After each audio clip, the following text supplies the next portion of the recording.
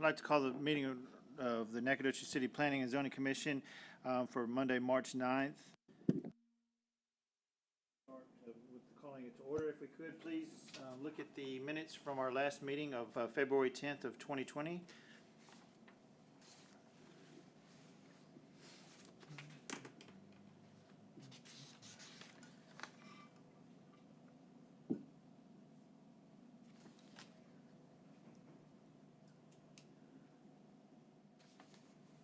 Is there any changes that need to be made? I make a motion we accept. Okay, is there a second? I so move. Okay, wonderful. All those in I favor? second, rather, excuse me. All those in favor say aye. Aye. Aye. All right, perfect. We'll move on to agenda item number 3. Consider the request for zone change from R2 single family to R3 two family for lot 6 of the Habitat for Humanity Ritchie Street addition located at the west side of Ritchie Street, approximately 475 feet north of Douglas Road. This request was submitted by Guadalupe Salinas. Good evening, Commission. Elena Chafin, Planning Director. Tonight's request is to rezone approximately 0.14 acres from R2 single family to R3 two family for lot 6 of the Habitat for Humanity Ritchie Street addition. The property is currently vacant, and the applicant proposes to develop the property with duplexes if the rezoning is approved. Properties to the north or south, to the north and south are developed with mobile homes. Property to the east is vacant, and then property to the west is the Godtel Ministries facility. The area includes a mix of residential zoning districts, including R3 two-family to the north, R2 single-family to the east and south, and R4 multifamily to the north, and to the west. And staff finds that the request is compatible with the zoning pattern in the area. The future land use plan designates this area single-family residential, which is described in the comprehensive plan as conventional one-family detached dwelling units, but this definition also includes duplexes. The rezoning request also furthers the goals of growth inward, as outlined in the comprehensive plan, which encourages infill development where appropriate, planning for mixing and or separation of land use types, and promoting growth where adequate infrastructure and utilities already exist. And staff finds that the request is in compliance with the future land use plan and furthers the goals of the comprehensive plan. As a reminder, when reviewing an application for a zoning change, the following conditions as outlined on your screen should be considered. These include compatibility with adjacent land uses, providing for the orderly growth and development for surrounding property, adequate infrastructure such as utilities, roads, and drainage, the design of drives and parking, prevention of nuisances, lighting, sufficient landscaping, and the proposed use being in accordance with the comprehensive plan. Again, based on the findings outlined in the staff report and outlined in the presentation, staff finds that the request meets the review criteria for a zone change and recommends approval of the zone change from R2 single family to R3 two family.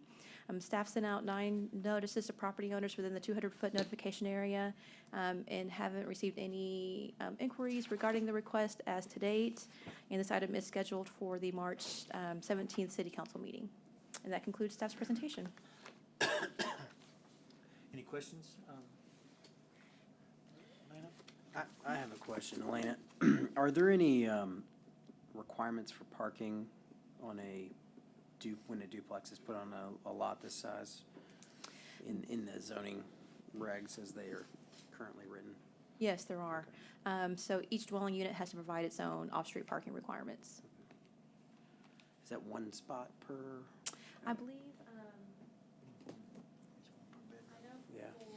for single families, just based on the dwelling unit, and it's 2 parking spaces per dwelling unit, regardless of the bedrooms. Okay. For duplexes, let me verify. I just want to make sure I tell you the right thing.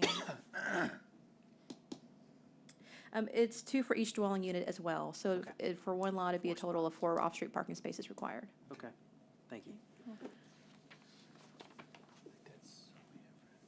I'll open up to the floor if that's right. Typically, in this situation, we would ask for the applicant to come up, but I see that he's not here, so I will open it up for the floor if anybody would like to speak for or against. Okay. Seeing none, is there anything else you'd like to add, Elena? Okay. At this point, I'd entertain a motion for or against for the rezone of this lot? I'll make a motion to approve the request for zone change from R2 single family to R3 two-family for Lot 6 of the Habitat for Humanity Ritchie Street Edition. Is there a second? Second. All those in favor? Aye. All those opposed? Okay. That motion carries. We'll move on to agenda item number 4. Consider the request for revision of the specific use permit for a fraternity house to allow for the addition of a meeting facility for Lot 2 of the Clark subdivision located at 321 Old Tyler Road. This request was submitted by Army Curtis. Again, as you stated, this request is to amend a specific use permit that was granted in 2011 to occupy the existing residential structure as a fraternity house. The zoning ordinance states that no building premise or land use of under a specific use permit may be enlarged, modified, or structurally altered unless the procedure for the amendment specific use permit is proceeded with. The process for an amendment to a specific use permit is the same for a new application, thus public hearing and city council approval. And so this particular request is to simply amend the original specific use permit to allow for the addition of a meeting facility on site. The approved specific use permit, again, as I stated, is limited to the occupancy of the existing structure. The existing structure is about 2,100 square feet. The proposed addition facility and associated parking is outlined in gray on the site plan on your screen. It's about an 1,800 square feet facility with a little over 700 square feet of assembly area. The subject property is zoned R4 multifamily. A property to the east and south is zoned I1 light industrial, and then property to the north and west is zoned PD. The PD was approved in 2002 for a restaurant, residential uses. There was a concept plan approved. Then the applicant never went forward with development plans or site plans, so in essence, the PD is expired. The subject property was actually a part of that original PD and then was rezoned in 2004 to R4, in 2004 to R4, and then in 2011 with a specific use permit for the fraternity house. The future land use plan calls for single-family residential for the majority of the property, and the property to the west, and then to the east is designated as rural. And rural designations are typically for areas that are sparsely populated with limited development, or often include open spaces or natural areas. And the rural designation is most likely due to the significant floodplain that's located in this area. As you see on your map, the floodplain and floodway is shown. There is a portion of the property that's in with the 100-year and 500-year floodplain. However, tonight's request to amend the specific use permit doesn't include any improvements in this area. They're all located to the north and west of the subject property. Again, as a reminder, on your screen you'll see the review criteria for conditions of approval. These include compatibility, providing for orderly growth and development, adequate infrastructure, design of drives, parking, lighting, and then the proposed use being in accordance with the comprehensive plan. Traditionally, fraternity houses have met opposition due to concerns of excessive noise, vehicles, poor maintenance, and things of that nature. Since the adoption of since the approval of the specific use permit in 2011, there have been several noise complaints for the property, but most of those took place within 2012 and 2014, and in recent years, there haven't been a lot of complaints associated with the fraternity house. The applicant has stated that one of the reasons for the noise complaints probably stems from the fact that the existing residential structure is very small in size and doesn't allow for a lot of meeting area, which forces them to hold a lot of their meeting activities outside, which could be the source of the noise complaints. And so the intent is for this meeting facility to provide for an enclosed area to house all of their future meetings in order to limit those instances in the future. In regards to the maintenance of the property, the city's abatement codes prohibit accumulation of trash and tall weeds. And since the approval of the specific use permit in 2011, our code enforcement hasn't received any complaints or reports of the property violating any of these nuisance abatement requirements. Currently, there are 9 residents living on site, and the site plan proposes a little over 700 square feet of assembly area, thereby requiring a total of 54 off-street parking spaces. In order to meet the minimum parking spaces, the applicant is proposing 27 parking spaces on site and plans to utilize the excess parking located at the nearby Annie Pastas, and Clear Springs Restaurants to make up the difference through a shared parking agreement. The shared parking agreement does meet the minimum off-street parking requirements as far as calculations. It does exceed the distance, the maximum distance permitted between off-site parking and the primary use is 500 feet. This exceeds that distance by a little over 200 feet. The reason for that is because the proposed location of the meeting facility is set back a little over 200 feet from the front property line. This location allows for the least amount of disturbance to the property and then preserves the mature vegetation and trees located along Old Tyler Road, which helps screen the light, noise, and activity of the fraternity house. If the meeting facility was located at the building setback, it would meet the distance requirements. So staff finds that based on the proposed location being the most ideal for the site, that the distance, the impact of the distance is minimal compared to the site. The facility won't be open to the general public. It's only for the use of the fraternity during special events. And thereby staff finds that it meets the intent of the ordinance. So based on the findings outlined in the staff report and during the presentation, staff does recommend approval of the amendment to the specific use permit. We sent out 8 notices to property owners within the 200-foot notification area. We did receive 1 phone call with just general inquiries about the request. And we do have a couple of representatives here in attendance to answer any questions you may have. And that concludes staff's presentation. Any questions for Elena?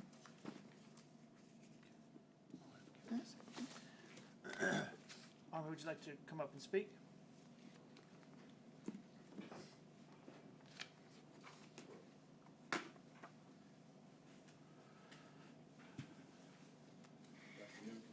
Army Curtis with Curtis Architecture. I think Elena really laid it out pretty well for what our intents are here. Fraternity is trying to be a good steward of the property and is looking to invest in the property to have this meetings pavilion constructed. We have tried to lay it out to get away off the street and in more proximity with the house that's on the property already, and trying to integrate the parking and other improvements with the lay of the land. That's not a flat lot. And so we're trying to minimize the amount of grading and that went into the placement of the new addition. But if you have any other questions in particular, I'd be happy to answer them. So for the most part, like what you're saying, as far as the parking, realistically, the land does not allow to add additional parking, so there's not off-site parking, in other words. Is that what you're saying? Yeah, I mean, in general, I know sororities and fraternities don't come up very often in this town, but the parking requirement is prohibitive to it as it is now listed in the ordinance. To get all 54 spaces is double the little gray area I'm showing you. Yeah. I mean, it's a lot of parking. And really, for the most part, even on a square foot basis for what the building is doing here, that's a lot of additional parking that you wouldn't ordinarily see in any other type of assembly. Sure. So yes, it's a burden to get through, but in this case, we had a neighbor that could account for the additional parking spaces. Yeah, that was just the only concern I had, is just the off-site parking and people walking, down Old Tyler. That was the only thing that just popped up in my mind, but yeah. Okay. As far as there not being much of a sidewalk there. Yeah, we just, Yeah. you just never know. With people parking and walking down, it's fairly dark, I mean, just public safety, but. Is there any other questions for Mr. Curtis? How many live on site? There's 9 residents there currently. And then how many are in that chapter? Do you know? And who's in the group? Usually between 30 and 35. Okay. Is, with the building that they're building, is there gonna be additional people living there? Is it just gonna be just No. completely meeting spaces? Yes, it is completely meeting spaces, or meeting space. The space all has a bathroom in addition to it. So, it's self-contained from that standpoint, Sure. where they're not having to go back and forth to the house. Yeah. Okay. I was just wondering if there was gonna be more people moving into the facility or something at this point, so it'll still be about 9, okay. Okay. Any other questions? Thank you, Mr. Chris. Thank you. For your time. Again, this is an open meeting, so if anybody'd like to speak for or against, feel free to step up. Okay. Seeing none, any other questions or thoughts? Well, I would say anytime we're modifying a specific use permit, you want to make sure that the current use, because I know this has come up several times in the last year. Yes, most definitely. Where we've discussed how are we checking that the requirements are actually being met. In this case, it looks like they have done a pretty good job of remaining,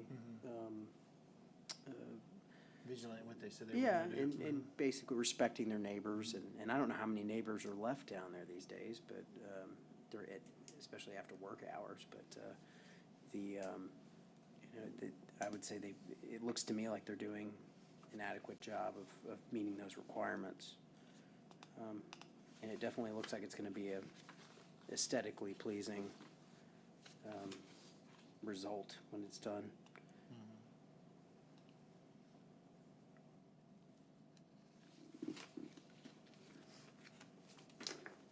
Any other thoughts?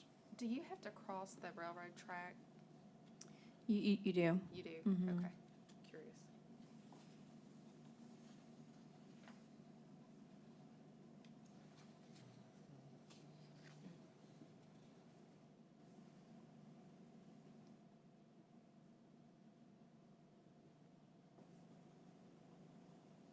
Anything else? Don't we have any questions, as long as they're in compliance. Well, at this point, I'll entertain a motion for or against the revision of the specific use permit for the fraternity house. I do have one question. Ms. Chafin, is there any condition that you think might be added to the existing specific use permit, given this amendment, that you think would be reasonable, given the circumstances? Anything that concerns you that you would like to address? Yeah, the site plan that's included in your packet will be adopted as part of the ordinance. And so any construction or building permits will have to comply with that in regards to building size and location and parking. I did let the applicant know that the mature trees along the street needed to be preserved in order to meet streetscaping requirements as well. And so that'll be something that we will check through the building permit process. As far as conditions, the property doesn't abut up to any single-family neighborhoods or any other heavily trafficked activity centers except for the restaurant. Yeah. And so I think the only thing that I could think of is, it's not ideal to have pedestrians walking down the street and crossing the railroad tracks in order to access the fraternity site from the off-site parking area. But because the facility won't be open to the general public, the times of operation will be limited. Essentially, staff feels the impact is minimal. Ideally, we would prefer all of the on-site parking to be located on the property. But again, as Army said, the property has contours. It would require a lot of removal of some of the mature trees and vegetation on site, which in essence helps buffer that from the adjacent properties. And so it is it's a give and take. And so as the application is proposed, staff finds it's a reasonable request. Okay. Would it be possible to put maybe some warning signs on that section of Old Tyler Road to warn that there may be pedestrian crossing there in that area? Yes, it is city right of way. Yeah. And so any proposed signage would have to comply, and I believe that is city right of way, it's not TxDOT. Now, the railroad tracks, we don't Right. regulate anything on that. Yeah. But that could be something that staff could look into between now and the city council meeting Yeah. next week and, That's and, probably my biggest um, concern too, is just, yeah. is just the Which is, pedestrians I walking. think we've across. all been That is a crossing the road concern. there, Yeah. and sometimes people come. And it's dark and it's kind of, Yeah, it's at kind night. of. Yeah, and so at the city council meeting next week, staff can present the item and let them know that Planning and Zoning Commission was interested in providing a condition for additional pedestrian signage. We'll look at it between now and then and come up with some alternatives or Or some maybe lighting. proposals. I don't even Yeah, know. so I was what gonna say the- different For what that lighting, would some look additional like. lighting, 'cause right next to Hancock, that advertising there, it's dark as you Yeah. come around that curve coming. And so, Yes. So we'll have to take a look at that because I don't know how much of that roadway is Yeah. actually, how much of, Yeah. the curb is actually in the right of way versus if there's room to put on-site lighting, some of that is private property. Yeah, But doesn't look like yes, there's a lot. those are physical conditions that the Planning and Zoning Commission could place on the specific use permit that speak to the rezoning criteria of safety and access and things of that nature. And so that could be part of your recommendation is additional pedestrian signage and lighting to help make it a safer route from the off-site parking to, there just may be limitations depending on Right. private ownership of property versus right-of-way and what can we actually physically fit. But staff will evaluate those between now and next week and let them that know. would make me feel a lot better. I think that would be a better situation. Like I said, the rest of it, the zone, the changing of the parking lot and the building, I think is a great idea. So I think it's a great addition to the property. It's just obviously just the pedestrian. That's the only thing that just struck me as a little bit worrisome. But other than that, I think that what they're doing is a great asset, so. Yeah, I agree. Okay. And I don't know how you make that condition, given the fact that, Maybe all private ownership, probably. yeah. Um, Lighting would be great if it's possible, but at a minimum, I think the signage would be good, Okay. so, But they can't see signage if it's not lit. yeah, no. Well, you can have reflective signage that as a car's driving by, it shows. We will look into that and see what options are viable between those areas. And I'm not sure if you want to present that as a condition or just a concern for additional staff research to be presented to council. We'll absolutely do that.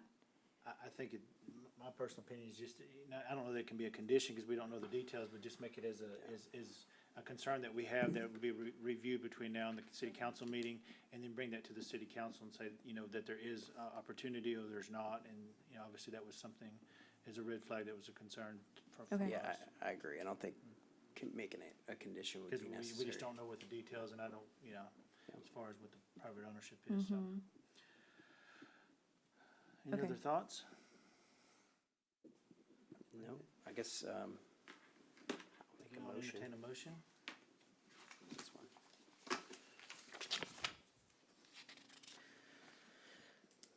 All right, I'll make a motion to approve the request for the amendment to the specific use permit for Lot 2 of the Clark subdivision located at 321 Old Tyler Road, which is SUP 2020-01, with our concerns regarding pedestrian safety to be presented to city council after staff has time to research the issue. Is there a second? Second. All those in favor, say aye. Aye. All those opposed? Motion carries.